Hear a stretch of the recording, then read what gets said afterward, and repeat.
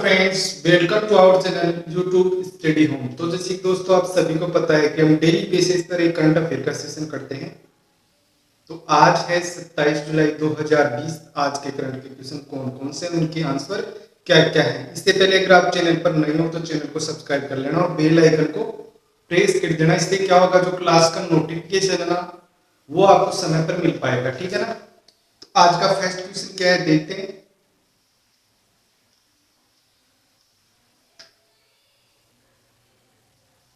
First question, हाल ही में कारगिल विजय दिवस कब मनाया गया है? When is Kargil victory day celebrated? तो कब सेलिब्रेट किया गया है? 26 जुलाई को। ऑप्शन नंबर डी, 26 जुलाई। ठीक है ना। और ये 26 जुलाई को ये कारगिल विजय दिवस क्यों मनाया जाता है? कारगिल विजय दिवस 26 जुलाई को क्यों मनाया जाता है? क्योंकि सन 1999 में भारत और पाकिस्तान के बीच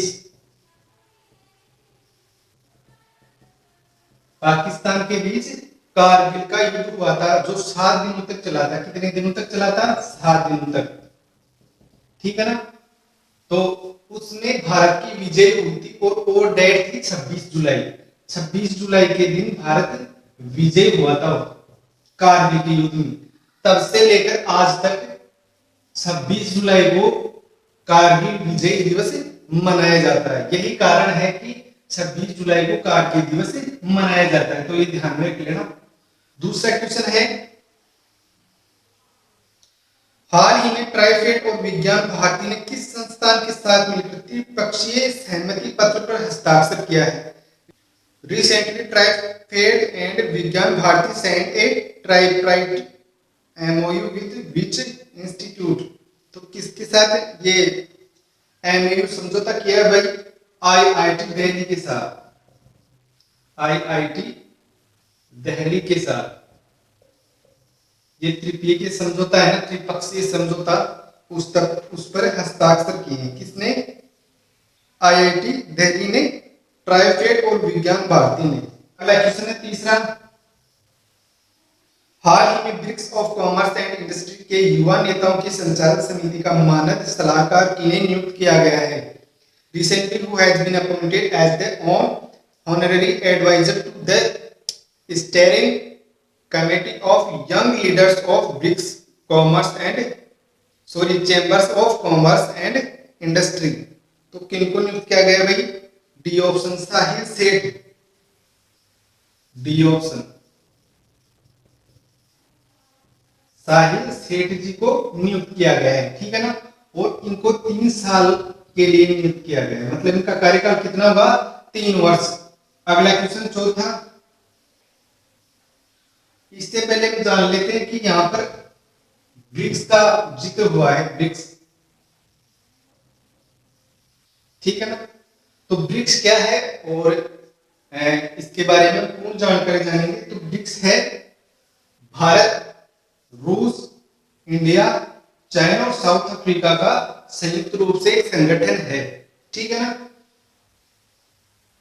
बी से ब्राजील, आर से रूस, आई से इंडिया, सी से चाइना और एस से साउथ अफ्रीका। South Africa. ठीक है ना। इस प्रकार ध्यान में रख लेना। ब्रिक्स क्या है? ब्राजील, रूस, इंडिया, चीन, साउथ अफ्रीका का संयुक्त रूप से एक संगठन है। ठीक है ना। जो आपसी व्यापार संबंधी और विकास संबंधी मुद्दों पर विचार विमर्श करते हैं। ठीक है ना। तो इसका फर्स्ट जो बैठक हुई वो कहां पर हुई थी? ब्रिक्स की फर्स्ट बैठक 2006 में। 2006 में। उस टाइम इसको सिर्फ ब्रिक के नाम से जाना जाता था, ब्रिक। ठीक है ना। उस टाइम साउथ अफ्रीका इसमें सम्मिलित नहीं था। कौन सम्मिलित नहीं था? South Africa. और साउथ अफ्रीका कब से सम्मिलित हुआ? दिसंबर 2010 से। दिसंबर 2010 से साउथ अफ्रीका शामिल हो गया।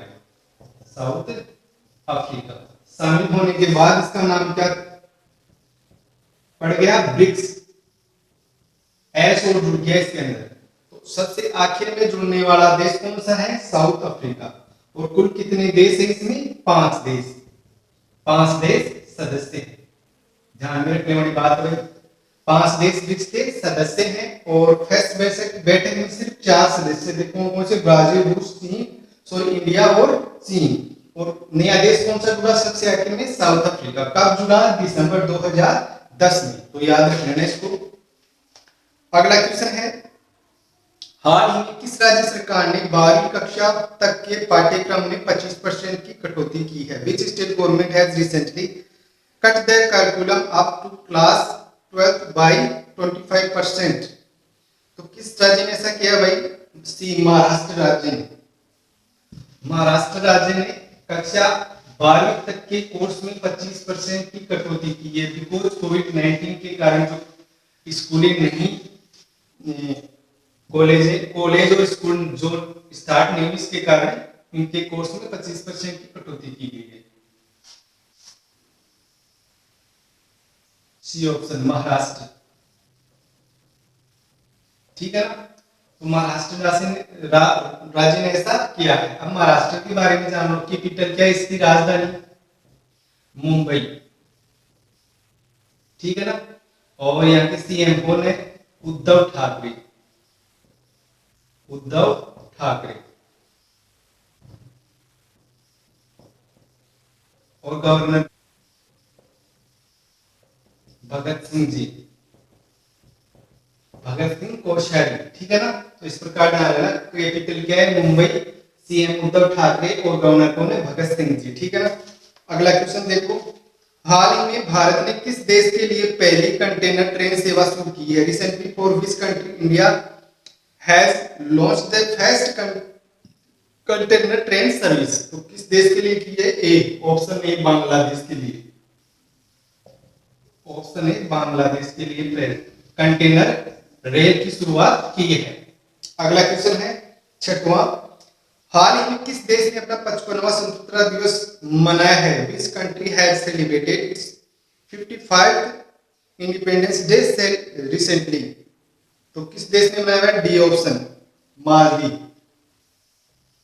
6वीं का डी ऑप्शन, मालदीव ने। मालदीव है, द्वीप नहीं है, मालदीव ने। तो अब मालदीव का जिक्र हुआ तो इसकी स्टेटिक देख लेते हैं मालदीव की।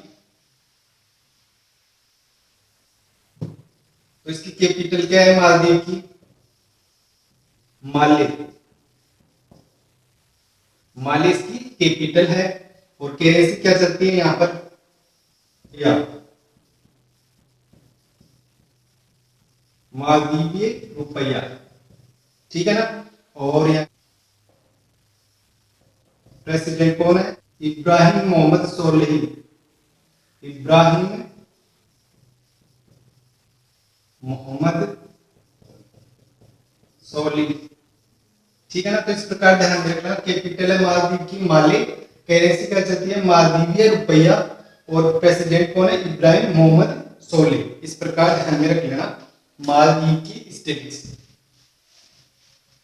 अगला क्वेश्चन है 7वां क्वेश्चन,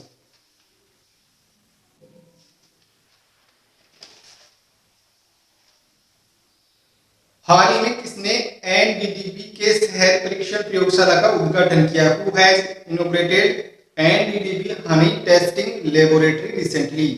तो किसने उद्घाटन किया हुआ इसका? नरेंद्र सिंह तोमर ने। A option, Narendra Singh Tomar. इन्होंने उद्घाटन किया इस हनी लेबोरेटरी का। तो ये नरेंद्र सिंह तोमर जी कौन है? केंद्रीय कृषि व किसान कल्याण मंत्री। किसान कल्याण मंत्री। ठीक है ना? तो ये भी ध्यान रखने रखना भाई, नरेंद्र सिंह तोमर कौन है? तो कौन है? केंद्रीय कृषि व किसान कल्याण मंत्री हैं। ठीक है ना। अगला क्वेश्चन है 8वां। हाल ही में किस राज्य सरकार ने कोविड-19 से मरने वाले सरकारी कर्मचारियों के परिवारों को पूरा वेतन देने का फैसला किया है? तो ऐसा किस राज्य ने किया है? ऑप्शन नंबर सी, बिहार में। जो कोविड-19 महामारी के तहत जो तैनात कर्मचारी थे या चिकित्सा से जुड़े कर्मचारी थे जिनका निधन हो गया इस बीमारी के कारण या इस काल के दौरान, तो उनके परिवारों को पूरा पूरा वेतन मिलेगा। अगला क्वेश्चन है 9वां क्वेश्चन। हाल ही में भारतीय रिजर्व बैंक ने किस देश के केंद्रीय बैंक के साथ 40 करोड़ अमेरिकी डॉलर की मुद्रा अदला बदली के समझौते पर हस्ताक्षर किया है? Recently, Reserve Bank of India has signed a USD 400 million currency swap agreement with the Central Bank of which country? तो किस देश के साथ ऐसा किया है? बी ऑप्शन, 9वें का बी ऑप्शन, श्रीलंका के साथ। ठीक है ना। तो श्रीलंका के साथ ये मुद्रा का स्थानांतरण या अदला बदली की है। अब जान लेते हैं श्रीलंका के बारे में। तो श्रीलंका की कैपिटल क्या होगी भाई? श्री जयवर्धने कोटे। श्री जयवर्धने कोटे। ठीक है ना। और यह करेंसी क्या चलती है? मुद्रा श्रीलंकन रुपये। श्रीलंकन रुपये यहाँ की मुद्रा है। और यहाँ की प्रेसिडेंट कौन है? गोटाबाया राजपक्षे। गोटाबाया राजपक्षे। और यहाँ के पीएम कौन है? महेंद्र राजपक्षे। महेंद्र राजपक्षे जी यहाँ के पीएम। तो इस प्रकार ध्यान में रखना। कैपिटल क्या है? श्री जयवर्धने कोटे। और करेंसी क्या है? श्रीलंकन रुपया। और प्रेसिडेंट कौन है? गोटाबाया राजपक्षे। और पीएम कौन है? महेंद्र राजपक्षे। ठीक है ना। आरबीआई के बारे में इस क्वेश्चन के अंदर आरबीआई का भी जिक्र हुआ, तो आरबीआई के बारे में जान लेते हैं। आरबीआई, तो आरबीआई की फुल फॉर्म हो जाएगी reserve bank of India. Reserve bank of India. और इसको फाउंडेड कब किया गया? फाउंडेड 1 अप्रैल 1935 में। ठीक है ना। इसका फाउंडेड हुआ। कहां किया गया? इसकी स्थापना कोलकाता में। कहां की थी? कोलकाता में। और इसका हेडक्वार्टर कहां पर है? मुख्यालय मुंबई। कहां पर है? मुंबई। तो यहाँ कंफ्यूज करने वाला क्वेश्चन बन सकता है कि इसकी स्थापना कहां हुई थी? कोलकाता में। और इसका हेडक्वार्टर कहां पर है? मुंबई में। तो ये ध्यान में रखना दोनों बातें। और इसके जो प्रेजेंट में गवर्नर कौन है? शक्तिकांत दास। ऊपर लिख देता हूं, गवर्नर शक्तिकांत दास। फिलहाल वर्तमान में गवर्नर है रिजर्व बैंक के। ये कौन से नंबर के गवर्नर है? 25वें नंबर के। ठीक है ना। तो ये भी बात ध्यान में रखना।